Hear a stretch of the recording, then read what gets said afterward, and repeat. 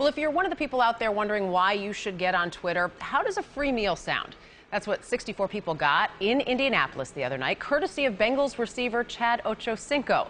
A master of the Twitter sphere, Ochocinco tweeted on Wednesday that the first 64 people to meet him at St. Elmo's in Indianapolis would get dinner and drinks on him, with the fun starting at 6. By 4:30, there was a line. By 5, it was sold out. Chris Clifford is the general manager at St. Elmo's, and he joins us now with some of the details we missed out on. Chris, when did you learn that you were about to have this unexpected party of 64?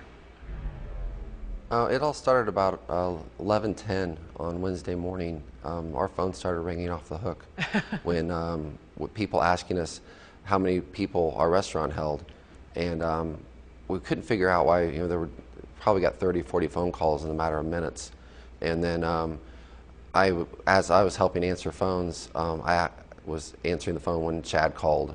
At that point, you were kind of wondering if this thing was a hoax or what was going on, but then after just a few minutes of talking with Chad, I got an email that popped up on my computer that from our PR firm that told us that Chad had been tweeting about St. Elmo's, and then it all started making sense, and Chad and I started working out the details at that point. Well, I mentioned that the line started at 4:30 and was sold out by 5. Any idea how many people had to be turned away?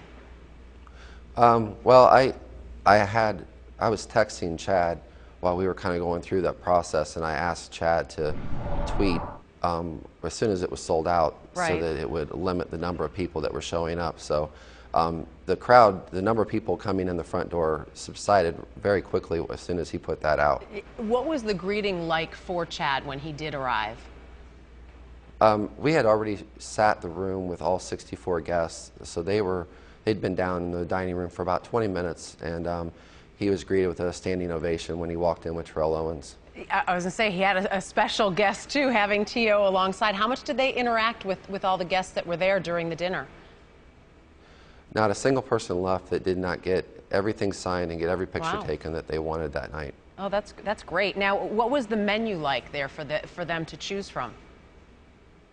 For a party that size, we had to limit a little bit.